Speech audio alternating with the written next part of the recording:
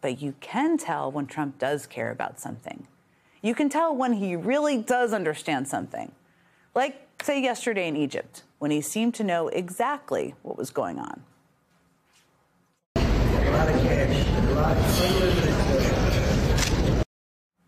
This man, the man Trump gleefully pointed to and said had unlimited cash, is a member of the royal family in the UAE.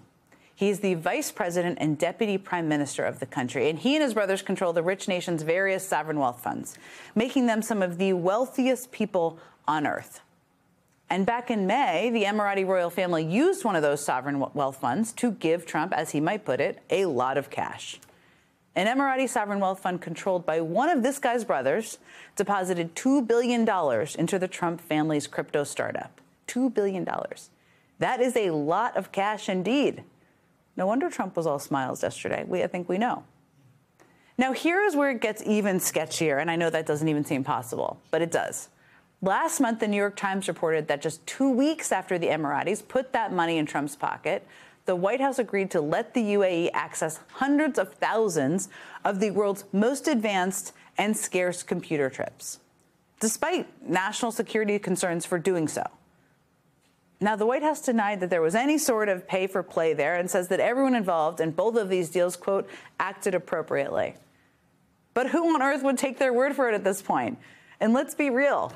Those deals don't exist in a vacuum. None of them do. They're part of a pattern, a whole pattern. Just yesterday in Egypt, Trump was also caught on a hot mic talking to the president of Indonesia. And here's the gist of what we heard. The president of Indonesia asked Trump for a meeting with Trump's adult son, Eric, who runs the Trump family businesses and is therefore supposed to be firewalled off from Trump to avoid corruption. I mean, Eric Trump was promoting a Trump family golf course in Indonesia as recently as this month. So the potential conflicts of interest here are quite clear. But nonetheless, Trump responded by saying, quote, I'll have Eric call. He's such a good boy. I'll have Eric call. That he's such a good boy is very strange, but that aside. And he isn't even the only son who is up to some sketchy business. It's a whole pattern in the family, too. Yesterday, we also got some alarming news about one of Trump's other adult sons, Don Jr.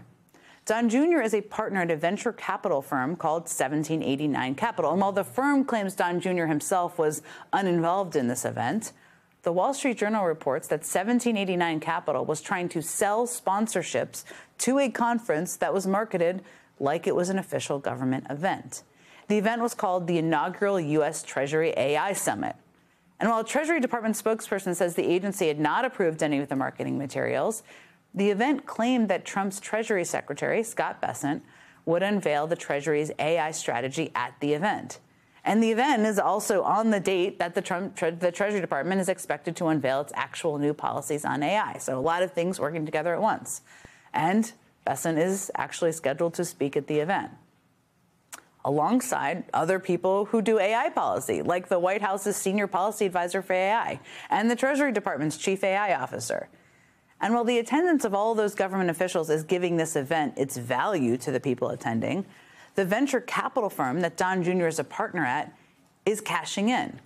They are selling all sorts of sponsorship packages to tech companies to sponsor the event, the most expensive level of which is called the presidential sponsor. That's quite on the nose, which gets you 25 tickets to the event itself, 2 invites to the event's VIP dinner, 8 tickets to the event's cocktail party, 6 spots in the event's VIP room, a large projection of your company's logo at the event, and a sponsored snack.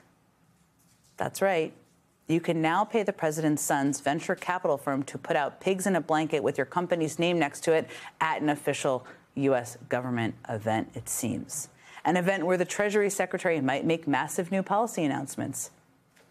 That's possible, I guess, these days. Speaking of Secretary Bessent, today, President Trump met with the Argentinian President Javier Milei to discuss the $20 billion U.S. bailout of Argentina that Secretary Bessent is spearheading. And late last week, the New York Times had some eye-popping reporting of who exactly that $20 billion bailout would help, because of course there's a story here. You see, it turns out that investment firms have been placing big bets on Argentina's economy, buying up government debt cheaply, in the hopes that the Argentinian economy recovers and they can repay that debt in full. And wouldn't you know it, 2 of Bessent's friends and former mentors have put tons and tons of their own money into that bet. So $20 billion of your taxpayer dollars are said to be used to bail out Argentina, and in the process also make Treasury Secretary Scott Bessent's wealthy friends a ton of cash. Now, that is completely outrageous to begin with. But today, Trump made that $20 billion bailout all the more outrageous by adding this particular condition. I think the victory is very important.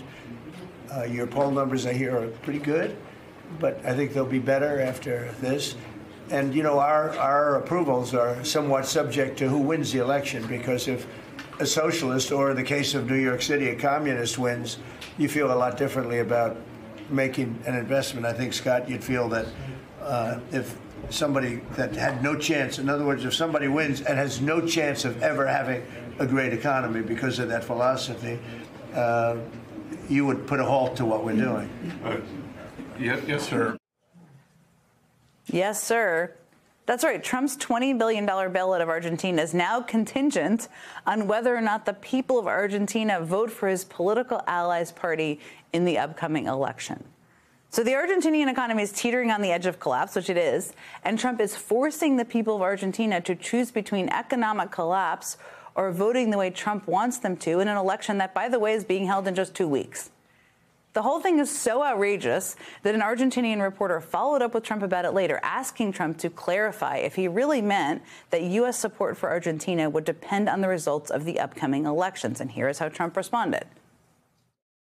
If he loses, we are not going to be generous with Argentina.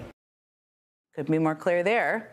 That is what Trump is using $20 billion of taxpayers' money for, to prop up the economy of a foreign country and to influence a foreign election. Meanwhile, here at home, he has frozen or canceled nearly $28 billion worth of government projects in just the past 2 weeks since the shutdown began. The New York Times just published a story breaking down how almost every one of those canceled or frozen projects just happens to be in a Democratic congressional district. I mean, look at this chart. Out of the nearly $28 billion of projects the administration has frozen or canceled, more than $27 billion worth have been projects in congressional districts represented by a Democrat.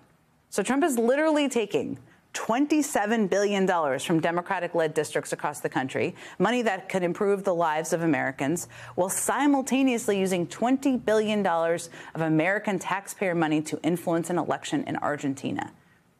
And it comes as the pain of this government shutdown is just beginning to sink in. Today was the last paycheck until the end of the shutdown for our nation's air traffic controllers. Last Friday was the final paycheck for our nation's TSA workers. And both TSA and air traffic controllers will still be required to work, but will no longer get paid until the government is funded again. Some 750,000 other government workers have been furloughed, meaning they will both not work and not be paid. Food banks across the country are bracing themselves for an influx of government workers unable to pay their bills. And remember, while hundreds of thousands of government workers are going without pay, the issue Trump and Republicans refuse to compromise with Democrats over is the extension of health care subsidies that would prevent 4 million people from losing their health care and 20 million more from having their costs go up. So what has become increasingly clear is that if you are an everyday American, Donald Trump either doesn't understand how badly he is hurting you, or he doesn't care. But if you're a member of his family or a buddy from a foreign country or anyone who can benefit him politically or financially, he will bend over backwards to help you. It's quite a contrast.